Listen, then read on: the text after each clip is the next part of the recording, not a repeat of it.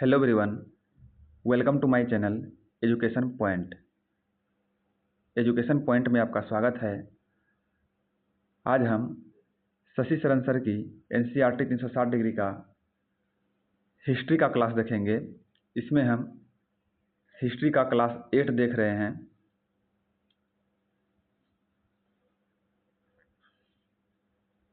इसका पीडीएफ जो है आप हमारे टेलीग्राम चैनल से प्राप्त कर सकते हैं। उसका लिंक वीडियो के डिस्क्रिप्शन बॉक्स में दिया हुआ है। ये सीरीज जो है हमारा सभी गवर्नमेंट एग्जाम के लिए बहुत ही महत्वपूर्ण साबित होगा और यहाँ से डायरेक्ट प्रश्न छपेंगे।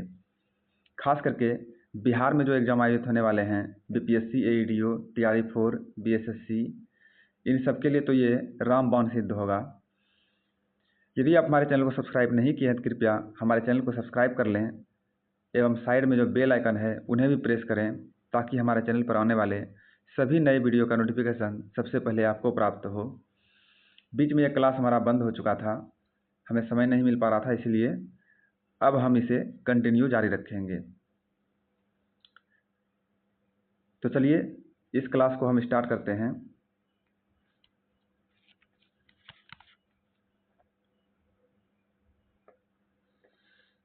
ये पिछले प्रश्न का विश्लेषण है। जोन्स और कोलब्रुक भारत के प्रति एक खास तरह का रवैया रखते थे। वे भारत और पश्चिम दोनों की प्राचीन संस्कृतियों के प्रति गहरा आदर भाव रखते थे। उनका मानना था कि भारतीय सभ्यता प्राचीन काल में अपने वैभव के शिखर पर थी, परंतु बाद में उसका पतन होता चला गया।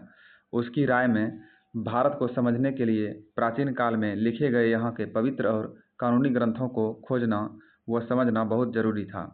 उनका मानना था कि हिंदुओं और मुसलमानों के असली विचारों व कानूनों को इन्हीं रचनाओं के जरिए समझा जा सकता है और इन रचनाओं को पुनः अध्ययन से ही भारत के भावी विकास का आधार पैदा हो सकता है। इन प्रयासों और विचारों से प्रभावित होकर कंपनी के बहुत सारे अधिकारियों ने दलील की कि अंग्रेजों को पश्चिमी ज्ञान की बजाय भारतीय ज्ञान को भी प्रोत्साहन देना चाहिए। वे चाहते थे कि प्राचीन भारतीय ग्रंथों के अध्ययन को प्रोत्साहित करने और संस्कृत और फारसी साहित्य व काव्य पढ़ाने के लिए संस्थानों की स्थापना की जाए।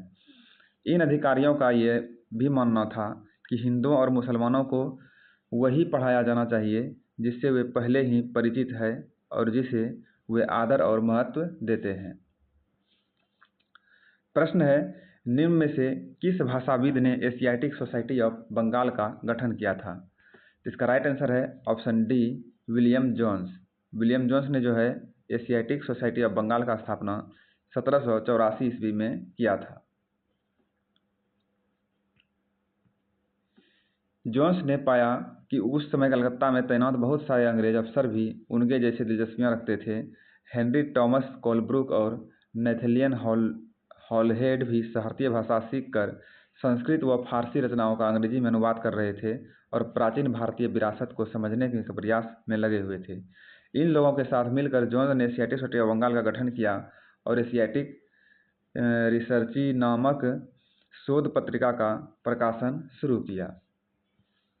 अगला प्रश्न है, निम्नलिखित में एशियाटिक रिसर्च नामक शोध पत्रिका का प्रकाशन किसने किया था? तो इसका प्रकाशन भी जो है विलियम जोन्स ने ही किया था। विलियम जोन्स ने।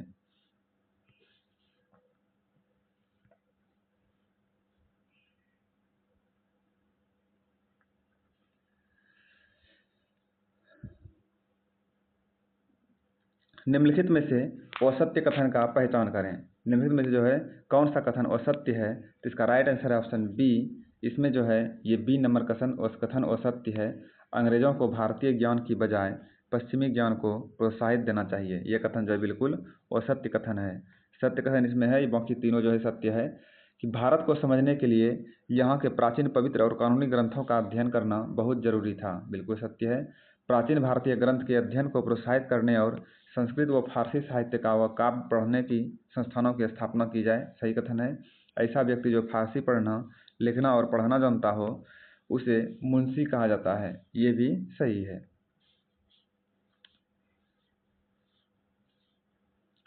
अगला प्रश्न है, 1781 ईस्वी में अरबी फारसी इस्लामिक कानून के अध्ययन को बढ़ावा देने के लिए कहाँ पर मदरसा खोला गया? 1781 ईस्वी में जो है अरबी फारसी इस्लामिक कानून के अध्ययन को बढ़ावा देने के लिए कहाँ पर मदरसा खोला गया था? ये खोला गया था कलकत्ता में। कलकत्ता में मदरसा खोला गया। इस बात को ध्यान में रखते हुए 1781 में अरबी फारसी इस्लामिक कानून के अध्ययन को बढ़ावा देने के लिए कलकत्ता में एक मदरसा खोला गया। और 1791 में जो है बनारस हिंदू कॉलेज की स्थापना की गई ताकि वहाँ प्राचीन संस्कृत ग्रंथों की शिक्षा दी जा सके और देश का शासन चलाने में मदद मिले। अगला प्रश्न है, निम्नलिखित में से बनारस हिंदू कॉलेज की स्थापना कब की गई? तो इसका राइट आंसर है ऑप्शन बी, ये की गई 1791 में। 1791 में जो है बनारस हिंदू कॉलेज की स्थापना की गई।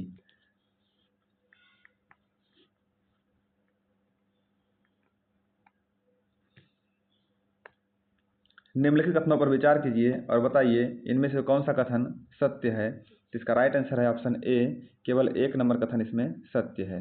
केवल एक नंबर कथन जो है इसमें सत्य है। एशिया की भाषा और संस्कृति का गहन ज्ञान एशिया की भाषा और संस्कृति का गहन ज्ञान रखने वाले लोग को प्राच्यवादी कहा जाता है। बिल्कुल सत्य कथन है।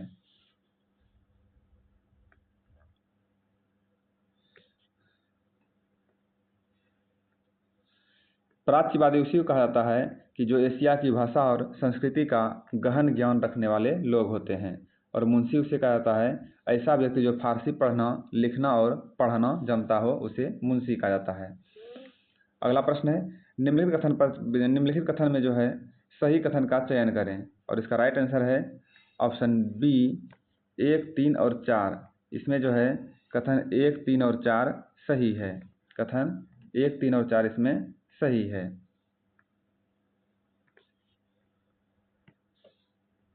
19वीं सदी में शुरुआत से ही बहुत सारे अंग्रेज अफसर शिक्षा के प्राच्यवादी दृष्टिकोण की आलोचना करने लगे थे। बिल्कुल सही कथन है। फिर है, अंग्रेजों को देसी जनता को खुश करने और उनका दिल जीतने के लिए जनता की इच्छा के हिसाब से या उनकी भावनाओं को ध्यान में रखते हुए शिक्षा नहीं देनी चाहिए। ये भी सही कथन है। और चौथा है कि भारतीयों को पूर्वी समाजों के काव्य और धार्मिक साहित्य की बजाय ये पढ़ना चाहिए कि पश्चिम ने किस तरह की वैज्ञानिक और तकनीकी सफलताएं हासिल कर ली है। ये तीनों कथन जो है इसका सही है।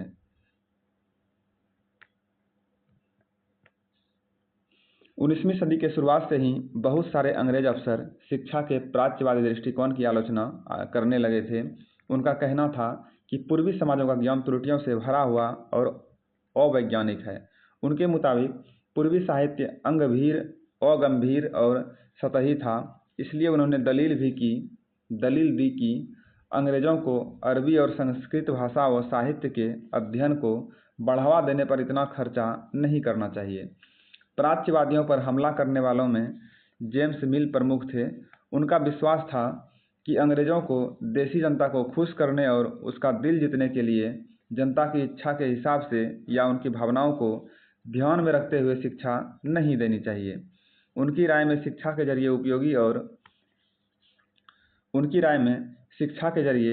उपयोगी और व्यवहारिक चीज़ों का ज्ञान दिया जाना चाहिए। इसलिए भारतीयों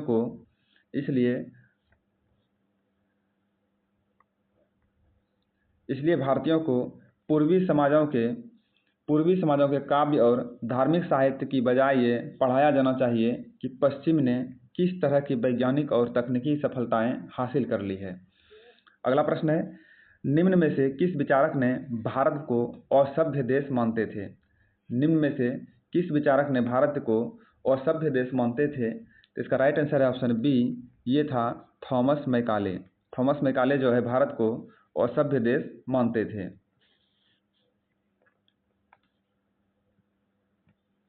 अठारह सौ 30 के दशक तक प्राच्यवादियों का विरोध और तीखा हो गया था। थॉमस बैबिंगटन मैकाले इन आलोचकों में सबसे मुखर और प्रभावशाली विचारक थे।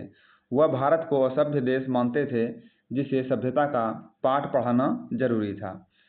अगला प्रश्न है, कथन एक अच्छे यूरोपीय पुस्तकालय का केवल एक खाना ही भारत और अरब के समूचे देसी साहित्य के बराबर है, यह किसका कथन है? एक अच्छे यूरोपीय पुस्तकालय का केवल एक खाना ही भारत और अरब के समूचे देसी साहित्य के बराबर है, यह किसका कथन है? तो इसका राइट आंसर है ऑप्शन ए। यह कथन है थॉमस मैकाले का। थॉमस मैकाले का ये कथन है।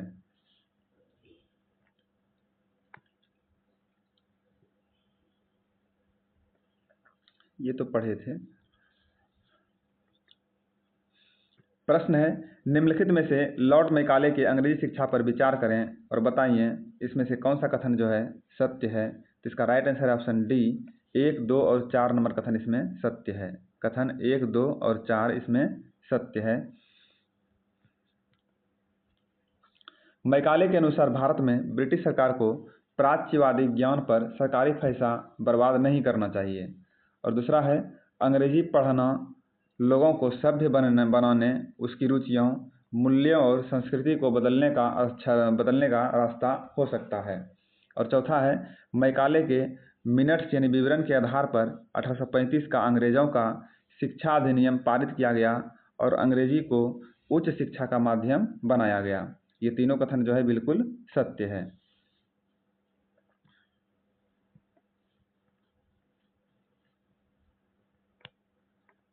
अगला प्रश्न है, 1854 में ईस्ट इंडिया कंपनी ने लंदन स्थित कोर्ट ऑफ डायरेक्टर्स ने भारतीय गवर्नर जनरल को शिक्षा के विषय में किसके नाम पर एक नीति पत्र जारी किया? इसका राइट आंसर है option C, Charles Wood. Charles would.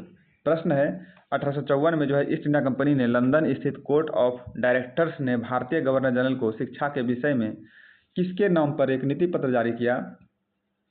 इन्होंने जो है चार्ल्स वुड के नाम पर एक नीति पत्र जारी किया था। 1854 में ईस्ट इंडिया कंपनी के लंदन स्थित कोर्ट ऑफ डायरेक्टर्स ने भारतीय गवर्नर जनरल को शिक्षा के विषय में एक नोट भेजा। कंपनी के नियंत्रक मंडल के अध्यक्ष चार्ल्स वुड के नाम से जारी किए गए इस संदेश को वुड का नीतिगत यानी वुड डिस्पैच के नाम से जाना जाता है। इस दस्तावेज में भारत में लागू की जाने वाली शिक्षा नीति की रूपरेखा स्पष्ट करते हुए एक बार फिर दोहराया गया है कि प्राच्यवादी ज्ञान के स्थान पर यूरोपीय शिक्षा को अपनाने से कितने व्यावहारिक लाभ प्राप्त होंगे। अगला प्रश्न है, निम्नलिखित में से वुड डिस्पैच के संदर्भ में कथनों पर विचार कीजिए और बताइए कि इसमें कौन सा कथन जो है सही है। तो इसका राइट आंसर है ऑप्शन सी, 2, 3 और 4 इसमें सही है। इसमें कथन 2, 3 और 4 जो है सही है। यूरोपीय शिक्षा से भारतीय के नैतिक चरित्र का उत्थान होगा। इससे जो है ज़्यादा सत्यवादी और ईमानदार बन जाएंगे। यूरोपीय शिक्षा से भारतीय के नैतिक चरित्र का उत्थान होगा।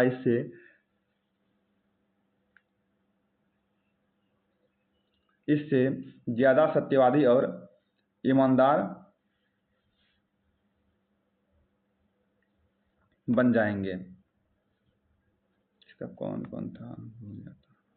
2, 3 और 4। 2, 3, 4।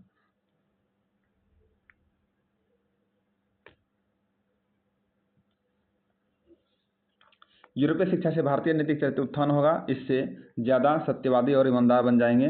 और तीसरा है, 1854 के नीति पत्र के बाद अंग्रेजों ने सरकारी विभागों का गठन किया ताकि शिक्षा संबंधी सभी मामलों पर सरकार का नियंत्रण स्थापित किया जा सके। ये भी सही है।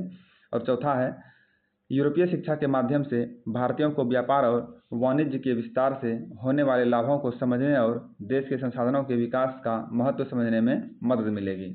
ये तीनों कथन जो है बिल्कुल सही है।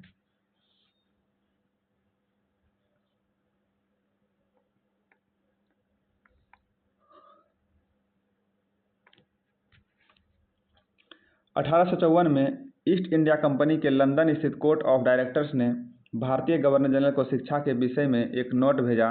कंपनी के नियंत्रक मंडल के अध्यक्ष चार्ल्स वुड के नाम से जारी किए गए इस संदेश को वुड का नीति पत्र यानी वुड डिस्पैच के नाम से जाना जाता है। इस दस्तावेज में भारत में लागू की जाने वाली शिक्षा नीति का रूपरेखा स्पष्ट करते हुए एक बार फिर से दोहराया गया है कि प्राच्यवादी ज्ञान के स्थान पर यूरोपीय शिक्षा को अपनाने से कितने व्यवहारिक लाभ प्राप्त होंगे। इस दस्तावेज में जो है यूरोपीय शिक्षा का एक व्यवहारिक लाभ आर्थिक क्षेत्र में बताया गया था। उसके मुताबिक यूरोपीय शिक्षा के माध्यम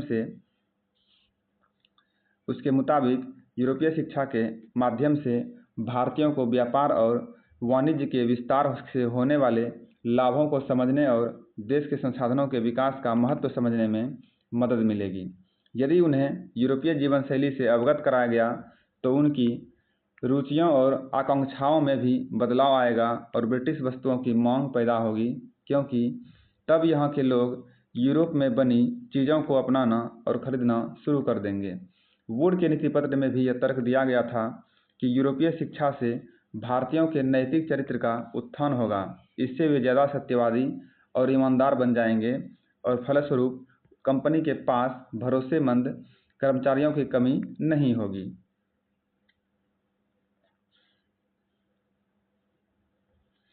दस्तावेज के मुताबिक पूरब का साहित्य न केवल भयानक त्रुटियों से भरा पड़ा था, बल्कि यह लोगों में न तो कौम के प्रति दायित्व और समर्पण का भाव पैदा कर सकता है और न ही शासन के लिए आवश्यक निपुणता पैदा कर सकता है।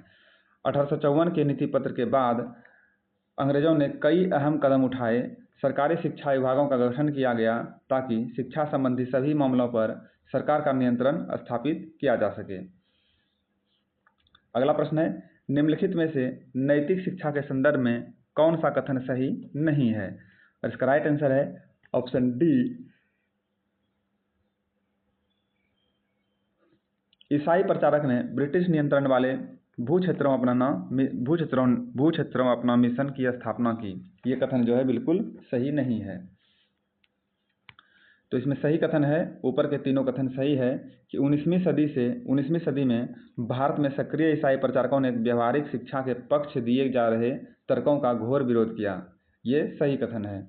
दूसरा है, प्रचारकों का मानना था कि शिक्षा का उद्देश्य लोगों के नैतिक चरित्र में सुधार लाना होता है और नैतिकता के उत्थान केवल ईसाई शिक्षा के जरिए ही संभव है। ये कथन भी सही है। और तीसरा है, 1813 तक ईस्ट इंडिया कंपनी भारत में ईसाई प्रचारकों की गतिविधियों के विरुद्ध थी। ये कथन भी सही है।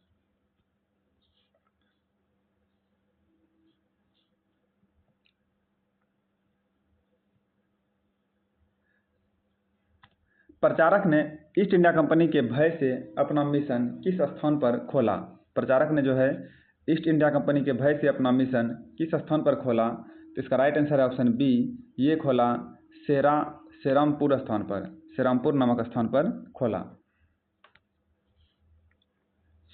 निम्न में से किस ईसाई प्रचारक में 1830 के दशक में बंगाल और बिहार का दौरा किया गया था?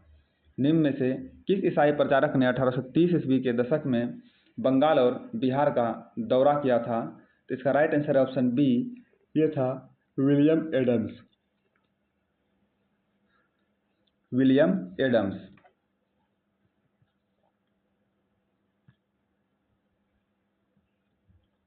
एडम्स ने पाया कि बंगाल और बिहार में 1 लाख से ज़्यादा पाठशालाएं हैं। ये बहुत छोटे छोटे केंद्र थे जिनमें आमतौर पर 20 से ज़्यादा विद्यार्थी नहीं होते थे। फिर भी इन पाठशालाओं में पढ़ने वाले बच्चों की कुल संख्या काफ़ी बड़ी यानी 20 लाख से ज़्यादा भी थी। ये पाठशालाएं जो है संपन्न लोगों या स्थानीय समुदाय द्वारा चलाई जा रही थी। कई पाठशालाएं स्वयं गुरु द्वारा ही प्रारंभ की गई थी। अगला प्रश्न है, ईस्ट इंडिया कंपनी ने जो है किसे देसी स्कूलों में शिक्षा की प्रगति पर रिपोर्ट तैयार करने का जिम्मा सौंपा था? तो इसका राइट आंसर है ऑप्शन ए, विलियम एडम्स को। ईस्ट इंडिया कंपनी ने जो है विलियम एडम्स को देसी स्कूलों में शिक्षा की प्रगति पर रिपोर्ट तैयार करने का जिम्मा सौंपा था।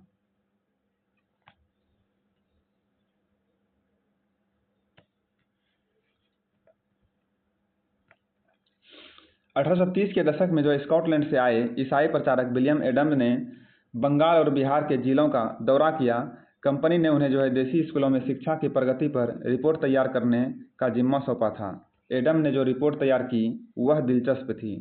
अगला प्रश्न है, निम्नलिखित में से विलियम एडम्स की शिक्षा पर रिपोर्ट के संदर्भ में कथन पर विचार करें और बताएं इनमें से कौन सा कथन सही है। इसका राइट आंसर है ऑप्शन बी। इनमें जो है कथन 1, 3 और 4 सही है। कथन 1, 3 और 4 इसमें सही है। एडम के अनुसार जो है बंगाल और बिहार में 1 लाख से ज़्यादा पाठशालाएं और उनमें पढ़ने वाले बच्चों की संख्या 20 लाख से ज़्यादा थी। और तीसरा है, फसलों की कटाई के समय पाठशालाएं बंद हो जाती थी क्योंकि उस समय गांव के बच्चे प्रायः खेतों में काम करने चले जाते थे। बच्चों की फीस माँ बाप के आमदनी से तय होती थी, अमीरों से ज़्यादा और गरीबों से कम फीस लेनी पड़ती थी। ये तीनों कथन जो है बिल्कुल सही है। अगला प्रश्न है, निम्नलिखित में से देसी शिक्षा में सुधार के संदर्भ में कथन पर विचार करें और बताएं इनमें से कौन सा कथन जो है असत्य है। इसका राइट आंसर है ऑप्शन बी। इनमें जो है केवल 3 नंबर कथन असत्य है।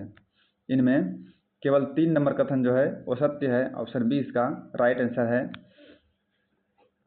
कंपनी ने जो है सबसे पहले बहुत सारे पंडितों को सरकारी नौकरी से बाहर निकाल दिया था। ये कथन जो है बिल्कुल असत्य है। तो सत्य कथन है कि जिन गुरुओं ने सरकारी निर्देशों का पालन करने के बजाय अपनी स्वतंत्रता बनाए रखी हुए सरकारी सहायता प्राप्त और नियमों से चलने वाली पाठशालाओं के सामने कमजोर पड़ने लगी। ये कथन इसका सत्य है। अगला सत्य कथन है कि 19वीं सदी के मध्य तक कंपनी का ध्यान मुख्य रूप से उच्च शिक्षा पर था। यह भी बिल्कुल सत्य कथन है। फिर है 1854 के कंपनी ने देसी शिक्षा व्यवस्था में सुधार लाने का फैसला किया। यह भी कथन सत्य है। सिर्फ 3 नंबर कथन जो है इसका असत्य था और वो था कि कंपनी ने सबसे पहले बहुत सारे पंडितों को सरकारी नौकरी से बाहर निकाल दिया था। ये कथन बिल्कुल असत्य था। 19वीं सदी के मध्य तक कंपनी का ध्यान मुख्य रूप से उच्च शिक्षा पर था, इसलिए कंपनी ने स्थानीय पाठशालाओं के में कामकाज में भी कभी ज़्यादा दखल नहीं दिया। 1854 के बाद कंपनी ने देसी शिक्षा व्यवस्था में सुधार लाने का फैसला लिया। कंपनी का मानना था कि इसके लिए मौजूदा व्यवस्था के भीतर ही बदलाव किए जा सकते हैं। कंपनी एक नई दिनचर्या, नए नियमों और नियमित निरीक्षणों के जरिए पाठशालाओं को व्यवस्थित करना चाहती थी। इसके लिए जो है क्या किया जा सकता था, कंपनी ने क्या कदम उठाए। सबसे पहले तो कंपनी ने बहुत सारे पंडितों को सरकारी नौकरी पर रख लिया। इनमें से जो है प्रत्येक पंडित को 4-5 स्कूलों की देखरेख का जिम्मा सौंपा। पंडितों का काम पाठशालाओं का दौरा करना और वहां अध्यापन की स्थितियों में सुधार लाना था। प्रत्येक गुरु को निर्देश दिया गया कि वे समय समय पर अपने स्कूल के बारे में रिपोर्ट भेजें और कक्षाओं को नियमित समय सारणी के अनुसार पढ़ाएं। अब अध्यापन पाठ्यपुस्तकों पर आधारित होगा और विद्यार्थियों की प्रगति को मापने के लिए वार्षिक परीक्षाओं की रूपरेखा तैयार की जाने लगी। विद्यार्थियों से कहा गया कि वे नियमित रूप से शुल्क दें, नियमित रूप से कक्षा में आएं तथा तय सीट पर बैठें और अनुशासन के नियमों का पालन करें। नए नियम पर चलने वाली पाठशालाओं को सरकारी अनुदान मिलने लगे। जो पाठशालाएं नई व्यवस्था के भीतर काम करने को तैयार नहीं थी, उन्हें कोई सरकारी सहायता नहीं दी जाती थी। जिन गुरुओं ने सरकारी निर्देशों का पालन करने की बजाय अपनी स्वतंत्रता बनाए रखी, वे सरकारी सहायता प्राप्त और नियमों से चलने वाली पाठशालाओं के सामने कमजोर पड़ने लगे।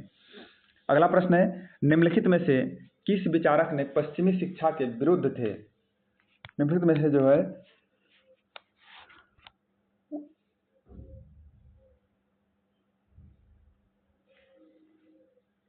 निम्नलिखित में से किस विचारक ने पश्चिमी शिक्षा के विरुद्ध थे। इसका राइट आंसर है ऑप्शन डी। इसमें जो है ए और सी दोनों सही है। महात्मा गांधी और रविन्द्रनाथ टैगोर जो है पश्चिमी शिक्षा के विरुद्ध थे।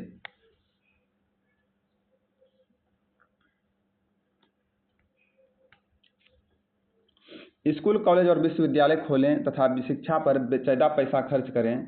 इस दिशा में कुछ प्रयास के बारे में आप अध्याय 8 में पढ़ेंगे। परंतु बहुत सारे भारतीय पश्चिमी शिक्षा के विरुद्ध थे।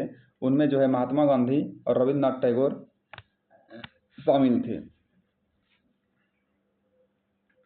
अगला प्रश्न है, निम्नलिखित में महात्मा गांधी के अंग्रेजी शिक्षा के विचार के संदर्भ में कथन पर विचार करें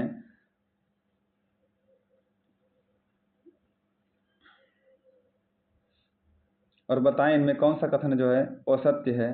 इसका राइट आंसर है ऑप्शन डी, इनमें जो है कोई भी कथन वो सत्य नहीं है। इनमें जो है कोई भी कथन वो सत्य नहीं है, सारे कथन इसमें जो है सत्य है।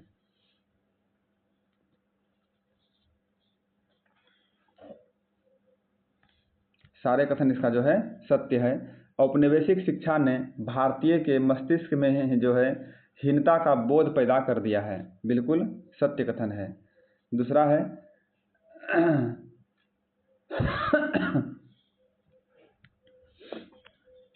दूसरा है पश्चिमी शिक्षा के प्रभाव में भारतीय लोग पश्चिमी सभ्यता को ही श्रेष्ठतर मानने लगे, बिल्कुल सही कथन है। महात्मा गांधी का कहना था कि पश्चिमी शिक्षा मौखिक ज्ञान के बजाय केवल पढ़ने लिखने पर केंद्रित है। अंग्रेजी शिक्षा भारतीयों को अपाहिज बना देती है और उन्हें अपनी भूमि पर अजनबी बना दिया है, ये भी बिल्कुल सही कथन है।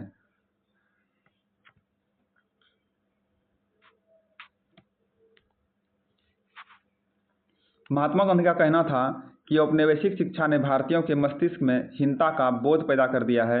इसके प्रभाव में आकर यहाँ के लोग पश्चिमी सभ्यता को श्रेष्ठतर मानने लगे हैं और अपनी संस्कृति के प्रति उनका गौरव भाव नष्ट हो गया है। महात्मा गांधी की दृढ़ मान्यता थी कि शिक्षा केवल भारतीय भाषाओं में ही दी जानी चाहिए। उनके मुताबिक अंग्रेजी में दी जा रही शिक्षा भारतीयों को अपाहिज बना देती है। उसने उन्हें अपने सामाजिक परिवेश से काट दिया है और उन्हें अपनी ही भूमि पर अजनबी बना दिया है। उनकी राय में विदेशी भाषा बोलने वाले स्थानीय संस्कृति से घृणा करने वाले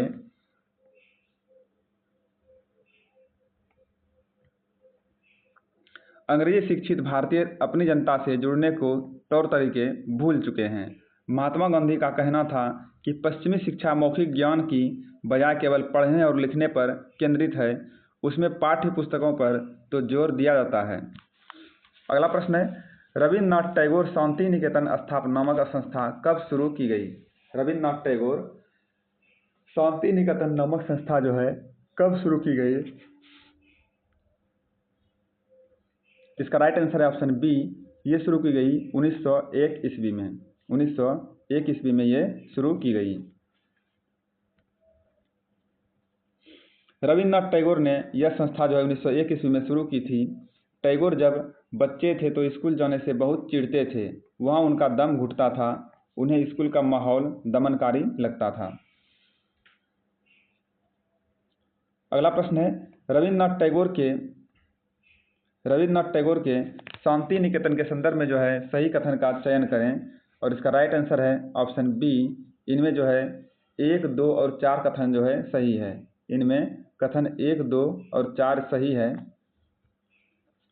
रविन्द्रनाथ टैगोर एक ऐसा स्कूल खोलने के बारे में सोचा जहां बच्चे खुश रह सके, जहां वे मुक्त और रचनाशील हो, जहां अपने विचारों और आकांक्षाओं को समझ सके, बिल्कुल सही कथन है। और दूसरा है, टैगोर जो है आधुनिक पश्चिमी सभ्यता और भारतीय परंपरा के श्रेष्ठ तत्वों के सम्मिश्रण चाहते थे।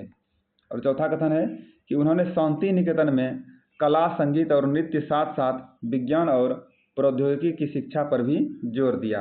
ये तीनों कथन जो है बिल्कुल सत्य है।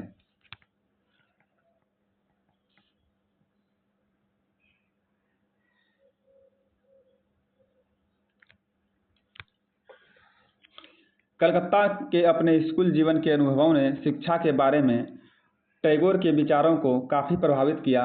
जब वे बड़े हुए तो उन्होंने एक ऐसा स्कूल खोलने के बारे में सोचा जहां बच्चे खुश रह सके, जहां वे मुक्त और रचनाशील हो, जहां वे अपने विचारों और आकांक्षाओं को समझ सके।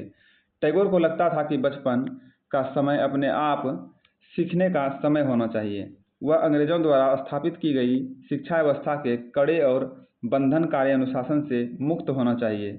शिक्षक जो है कल्पनाशील हो। बहुत सारे मामलों में टैगोर और महात्मा गांधी शिक्षा के बारे में कमोबेश एक जैसी राय रखते थे, लेकिन दोनों के बीच फर्क भी थे। गांधी जी जो है पश्चिमी सभ्यता और मशीनों व प्रौद्योगिकी की उपासना के कट्टर आलोचक थे और टैगोर जो है आधुनिक पश्चिम सभ्यता और भारतीय परंपरा के श्रेष्ठ तत्वों का सम्मिश्रण चाहते थे। उन्होंने जो है शांति निकेतन में कला, संगीत और नृत्य के साथ साथ विज्ञान और प्रौद्योगिकी की शिक्षा पर भी जोर दिया था। अगला प्रश्न है, निम्न में से व्यापार एवं महाजनी से जुड़ी जाति क्या कहलाती है? निम्न में से व्यापार एवं महाजनी से जुड़ी जाति क्या कहलाती है? ये कहलाती है वैश्य। ऑप्शन सी इसका राइट आंसर है। ये जो है वैश्य कहलाती है। समाज में सिर्फ स्त्रियों और पुरुषों के बीच ही फर्क नहीं था, ज़्यादातर इलाकों में जो है लोग जातियों में भी बटे हुए थे। ब्राह्मण और क्षत्रिय खुद को ऊंची जाति का मानते थे। इसके बाद व्यापार और महाजनी आदि से जुड़ी जातियों, जिन्हें प्रायः वैश्य कहा जाता था, का स्थान आता था। फिर काश्तकार, बुनकर व कुम्हार जैसे दस्तकार आते थे, जिन्हें शूद्र कहा जाता था। इस श्रेणी क्रम की है। अगला प्रश्न है, प्राचीन काल में महिलाओं की स्थितियों पर विचार करें और बताएं इसमें से कौन सा कथन जो है सही है। तो इसका राइट आंसर है ऑप्शन डी। इनमें सभी कथन जो है बिल्कुल सत्य है। इनमें सारे कथन सत्य हैं कि हिंदू और मुसलमान जो है दोनों धर्मों के पुरुष से ज़्यादा पत्नियां रख सकते थे। हिंदू और मुसलमान दोनों धर्मों के पुरुष एक से ज़्यादा पत्नियां रख सकते थे। ये कथन सत्य है। प्राचीन काल में महिलाओं को किसी भी जाति या समुदाय के व्यक्ति, यहाँ तक कि विधवाओं को भी दोबारा शादी करने की अनुमति थी। प्राचीन काल में जो है महिलाओं को किसी भी जाति या समुदाय के व्यक्ति, यहाँ तक कि विधवाओं को भी दोबारा शादी करने की अनुमति दी थी। तीसरा है, देश के बहुत सारे भागों में लोगों का विश्वास था कि अगर महिलाएं पढ़ी लिखी होगी तो वह जल्दी विधवा हो जाएगी। अगला कथन है कि महिलाओं को जो है पति की चिता के साथ स्वेच्छा से या जबरदस्ती मारकर महिलाओं को सती कहकर महिमा मंडित किया जाता है। ये चारों कथन जो है महिलाओं की स्थितियों पर बिल्कुल सही है।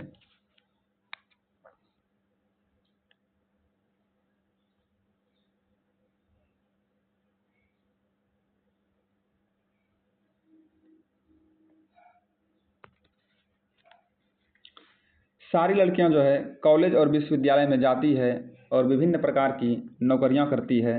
कानूनन शादी के लिए उनका बालिग होना जरूरी है और कानून के अनुसार जो है वे किसी भी जाति व समुदाय के व्यक्ति से शादी कर सकती है।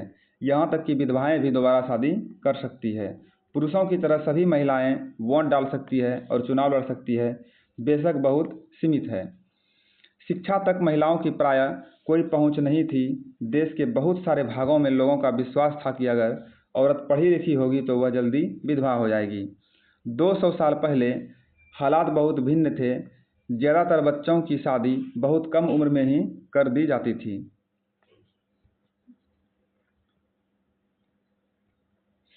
हिंदू व मुसलमान जो है दोनों धर्मों के पुरुष एक से ज़्यादा पत्नियां रख सकते थे। महिलाओं को पति की चिता के साथ स्वेच्छा से या जबरदस्ती मारकर महिलाओं को सती कहकर महिमा मंडित किया जाता है। अगला प्रश्न है, निम्न में से ब्रह्म समाज की स्थापना किसने की थी? ब्रह्म समाज की स्थापना जो है किसके द्वारा किया गया था? तो ये किया गया था राजा राम मोहन राय के द्वारा। राजा राम मोहन राय के द्वारा जो है ब्रह्म समाज का स्थापना किया गया था। इस तरह की बहसें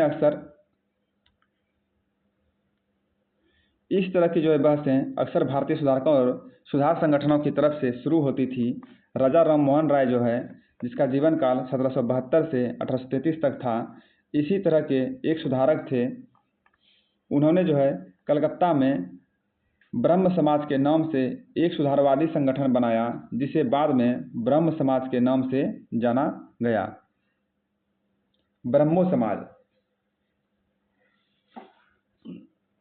राजा राम मोहन राय जो है जैसे लोगों को सुधारक इसलिए कहा जाता है क्योंकि वे मानते थे कि समाज में परिवर्तन लाना और अन्यायपूर्ण तौर तरीकों से छुटकारा पाना जरूरी है।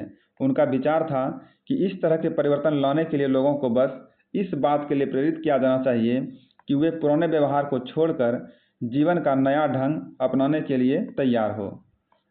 अगला प्रश्न है, राजा राममोहन राय ने ब्रह्मो समाज नाम से एक संगठन कहाँ स्थापित किया था? तो इसका राइट आंसर है ऑप्शन सी, ये स्थापित किया था कोलकाता में। कोलकाता में जो है राजा राममोहन राय ने ब्रह्म समाज नाम से एक संगठन स्थापित किया था।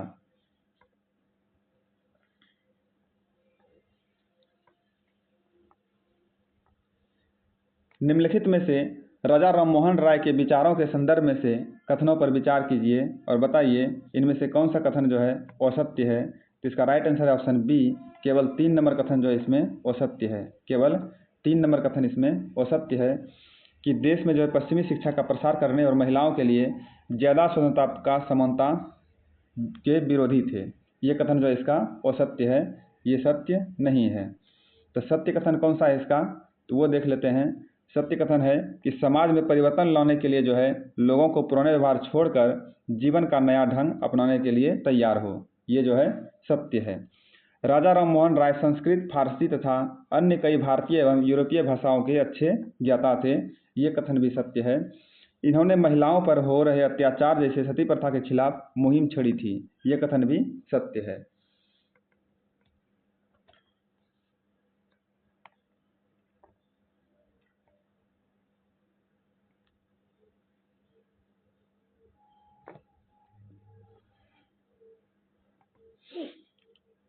राजा राममोहन राय जो है देश में पश्चिमी शिक्षा का प्रसार करने और महिलाओं के लिए ज़्यादा स्वतंत्रता व समानता के पक्षधर थे। उन्होंने इस बारे में लिखा है कि किस तरह महिलाओं को जबरन घरेलू कामों से बांध कर रखा जाता था, उनकी दुनिया घर और रसोई तक ही सीमित कर दी जाती थी और उन्हें जो है बाहर जाकर पढ़ने लिखने की इजाज़त नहीं दी जाती थी। राजा राममोहन राय संस्कृत, फारसी तथा अन्य कई भारतीय एवं यूरोपीय भाषाओं के अच्छे ज्ञाता थे। उन्होंने अपने लेख के जरिए यह सिद्ध करने का प्रयास किया कि प्राचीन ग्रंथों में विधवाओं को जलाने की अनुमति कहीं नहीं दी गई है। जैसा कि आपने अध्याय 6 में पढ़ा है, 19वीं सदी के प्रारंभ तक बहुत सारे अंग्रेज अफसर भी भारतीय परंपराओं और रीति रिवाजों की आलोचना करने लगे थे। वे राजा राममोहन राय के विचारों को सही मानते थे क्योंकि उनकी एक विद्वान व्यक्ति के रूप में प्रतिष्ठा थी। फलस्वरूप 1829 में जो है सती प्रथा पर पाबंदी लगा दी गई।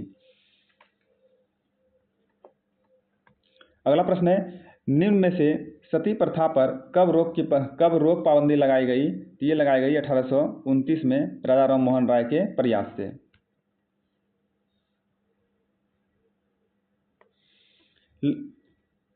लॉर्ड विलियम बेंटिंक ने किस विचारक के सहायता से सती प्रथा पर पाबंदी लगाए थे? तो ये लगाया था राजा राममोहन राय के प्रयास से। उन्होंने उसके सहयोग से सती प्रथा पर पाबंदी लगाए थे।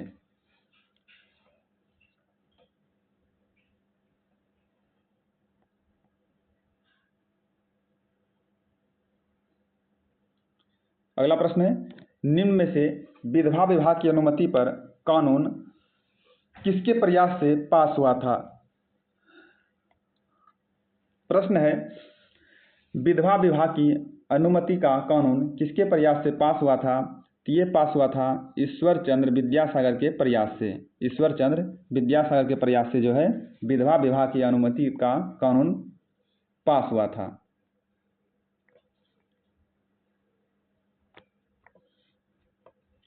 उदाहरण के लिए जो है प्रसिद्ध सुधारक ईश्वर चंद्र विद्यासागर ने भी विधवा विवाह के पक्ष में प्राचीन ग्रंथों का ही हवाला दिया था। अंग्रेज सरकार ने उनका यह सुझाव मान लिया और 1856 में जो है विधवा विवाह के पक्ष में एक कानून पारित कर दिया कि जो विधवाओं का विवाह का विरोध करते थे उन्होंने विद्यासागर का भी विरोध किया और यहाँ तक कि उनका बहिष्कार कर दिया। अगला प्रश्न है, निम्नलिखित में से विधवा पुनर्विवाह अधिनियम कब पारित हुआ था? तो ये पारित हुआ था 1856 ईस्वी में। 1856 ईस्वी में जो है विधवा पुनर्विवाह अधिनियम पारित हुआ था। अगला प्रश्न है, निम्नलिखित में जो है विधवा विवाह के संदर्भ में सही कथन का चयन करें और इसका राइट आंसर है ऑप्शन ए, इनमें केवल 1 और 2 नंबर कथन जो है सही है। इसमें केवल 1 और 2 कथन सही है। मद्रास प्रेसिडेंसी ने तेलुगु भाषी इलाकों में विशेषलिंगम पंतुलु ने विधवा विवाह के समर्थन में एक संगठन बनाया था। दूसरा है उत्तर भारत में जो है आर्य समाज की स्थापना करने वाले स्वामी दयानंद सरस्वती ने भी विधवा विवाह का समर्थन किया था। ये दोनों कथन जो है बिल्कुल सत्य है।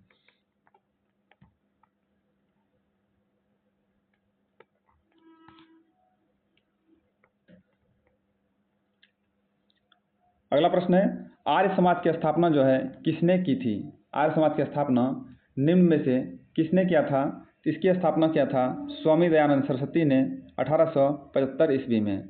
स्वामी दयानंद सरस्वती ने जो है 1875 ईस्वी में आर्य समाज की स्थापना की थी।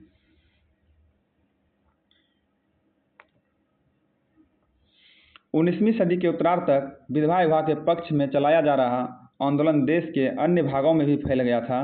मद्रास प्रेसिडेंसी ने के तेलुगु भाषी इलाकों में जो है वीरेशलिंगम पंतुलु ने विधवा विवाह के समर्थन में एक संगठन बनाया था। लगभग उसी समय बम्बई में युवा बुद्धिजीवियों और सुधारकों ने भी विधवा विवाह के प्रचार प्रसार का संकल्प लिया। उत्तर में जो है आर्य समाज की स्थापना करने वाले स्वामी दयानंद सरस्वती ने भी विधवा विवाह का समर्थन किया था। अगला प्रश्न है निम्नलिखित में से महिलाओं को दशा सुधारने के लिए कौन सा कदम उठाए गए थे? निम्नलिखित में महिलाओं की दशा सुधारने के लिए जो है कौन सा कदम उठाए गए थे? ऑप्शन बी इसका राइट आंसर है 1, 2 और 3। 1, 2 और 3 ये तीनों कथन जो है इसके लिए सही है। कलकत्ता में जो है विद्यासागर और मुंबई में बहुत सारे अन्य सुधारकों ने लड़कियों के स्कूल खोले। 19वीं सदी के आखिरी हिस्से में आर्य समाज द्वारा पंजाब में और ज्योतिबा फुले महाराष्ट्र में लड़कियों के लिए स्कूल खोले। उत्तर भारत के कुलीन मुस्लिम परिवारों की महिलाओं अरबी में कुरान शरीफ पढ़ना सीखने के लिए शिक्षिकाएं रखी जाती थी। ये तीनों कथन जो है बिल्कुल सत्य है।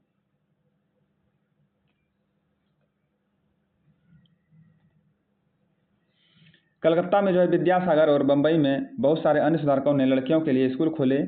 19वीं सदी के मध्य में जब इस तरह के प्रारंभिक स्कूल खुले तो बहुत सारे लोग उनसे डरते थे।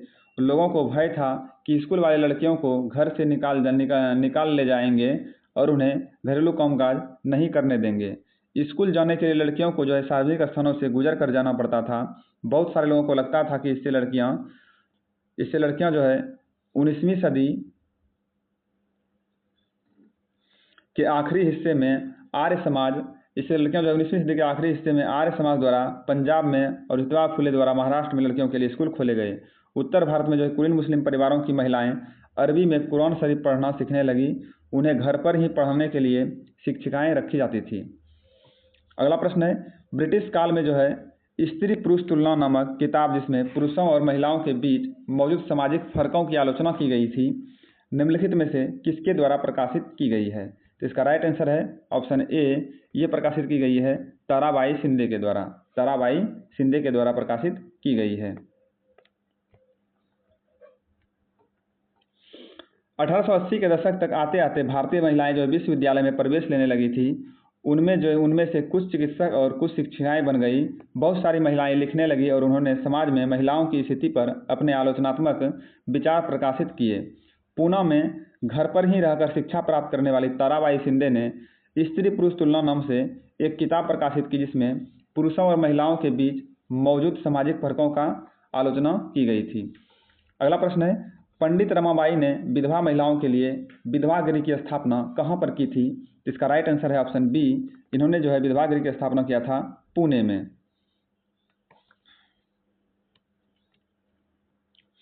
संस्कृत की महान विद्वान पंडिता रमाबाई का मानना था कि हिंदू धर्म महिलाओं का दमन करता है। उन्होंने ऊंची जातियों की हिंदू महिलाओं की दुर्दशा पर एक किताब लिखी थी। उन्होंने पूना में एक विधवा गृह की स्थापना की जहां ससुराल वालों के हाथों अत्याचार झेल रही महिलाओं को पनाह दी जाती थी। वहां जो है महिलाओं को ऐसी चीज़ें सिखाई जाती थी जिनके सहारे वे अपनी रोजी रोटी चला सके। अगला प्रश्न है निम्नलिखित कथनों पर विचार कीजिए और बताइए इसमें से कौन सा कथन जो है वो सत्य है? तो केवल 3 नंबर कथन इसमें वो सत्य है। ऑप्शन सी इसका राइट आंसर है। इनमें जो है केवल 3 नंबर कथन वो सत्य है और वो है जवाहरलाल नेहरू और सुभाष चंद्र बोस जैसे नेताओं ने महिलाओं के लिए और अधिक स्वतंत्रता व समानता की मांगों का विरोध किया। यह कथन जो है बिल्कुल असत्य है। तो सत्य कथन है कि 1880 के दशक तक महिलाएं जो है पढ़ लिख कर समाज में महिलाओं की स्थिति पर आने वाले अपने आलोचनात्मक विचार प्रकाशित करने लगी। दूसरा है 20वीं सदी की शुरुआत में महिलाओं के मताधिकार, बेहतर स्वास्थ्य सुविधाएं और शिक्षा के अधिकार के बारे में कानून बनवाने के लिए राजनीतिक दबाव समूह लगी थी।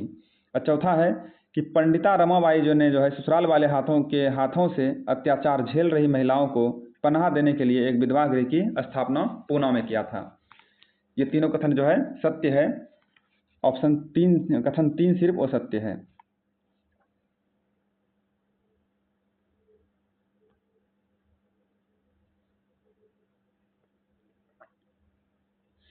अगला प्रश्न है पंडिता रमाबाई का योगदान था। पंडिता रमाबाई का योगदान था, तो इसका राइट आंसर है ऑप्शन डी, ऑप्शन उपर्युक्त सभी। उपर्युक्त सभी इसका योगदान था।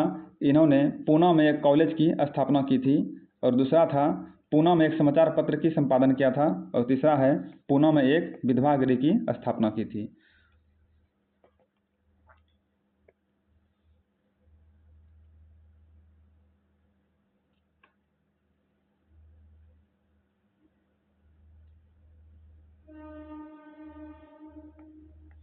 निम्न में से कब बाल विवाह निषेध अधिनियम पारित किया गया था? निम्न में से बाल विवाह निषेध अधिनियम जो है कब पारित किया गया था? इसका राइट आंसर है ऑप्शन बी, ये पारित किया गया था 1929 में। 1929 में जो है बाल विवाह निषेध अधिनियम पारित किया गया था।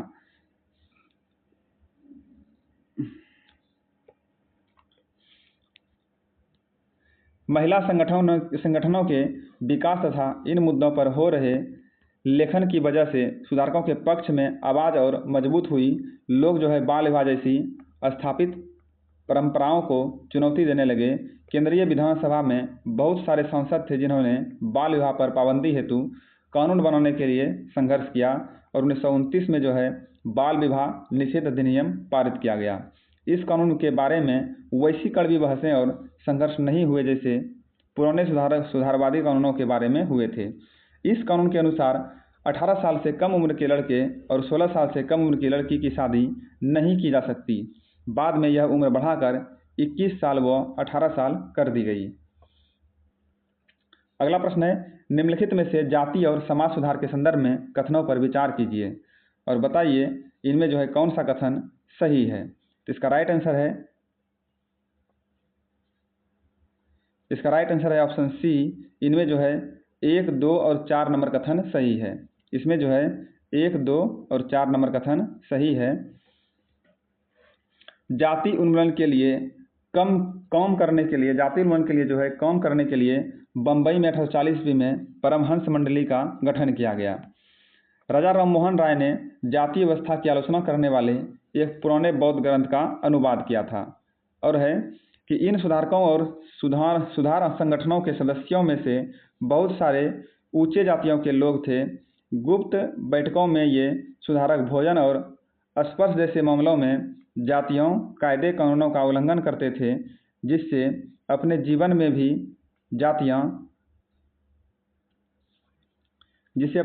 जातियां जो है पूर्वाग्रहों और बंधनों से निजात पा सके।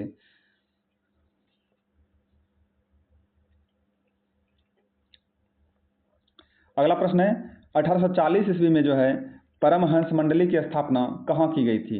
1840 ईस्वी में जो है परमहंस मंडली की स्थापना की गई थी मुंबई में। मुंबई में जो है 1840 ईस्वी में परमहंस मंडली की स्थापना की गई थी। प्रार्थना समाज भक्ति परंपरा का समर्थक था, जिसमें सभी जातियों की आध्यात्मिक समानता पर जोर दिया गया था।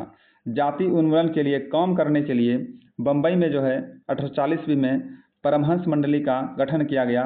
इन सुधारकों और सुधार संगठनों के सदस्यों में से बहुत सारे ऊंची जातियों के लोग थे। गुप्त बैठकों में ये सुधारक भोजन और स्पर्श जैसे मामलों में जातीय कायदे कानूनों का उल्लंघन करते थे, जिससे अपने जीवन में भी जातीय पूर्वग्रहों और बंधनों से निजात पा सके। अगला प्रश्न है परमहंस मंडली का उद्देश्य निम्नलिखित में से क्या था? परमहंस मंडली का उद्देश्य जो है निम्नलिखित में से क्या था? तो इसका राइट आंसर है ऑप्शन सी। इसका उद्देश्य था जाति व्यवस्था को समाप्त करना। परमहंस मंडली का उद्देश्य था जाति व्यवस्था को समाप्त करना। इसकी स्थापना जो है 1840 में बम्बई में किया गया था। परमहंस मंडली की स्थापना 1840 ईस्वी में बम्बई में किया गया था और इसका मुख्य उद्देश्य था जाति व्यवस्था को समाप्त करना। ये सब प्रश्न जो है डायरेक्ट एग्जाम में छपने वाले हैं। ये सब बहुत ही महत्वपूर्ण प्रश्न हैं, कई बार पूछे भी जा चुके हैं। इसमें जो है सूची 1 को सूची 2 से मिलान करना है। इसका राइट आंसर है ऑप्शन डी। ऑप्शन डी जो है इसका राइट आंसर है ए का 3। मदिगा समुदाय जो है आंध्र प्रदेश में रहते थे और बी का है महार समुदाय जो है महाराष्ट्र में पाए जाते थे और दुबला समुदाय जो है गुजरात में पाए जाते थे।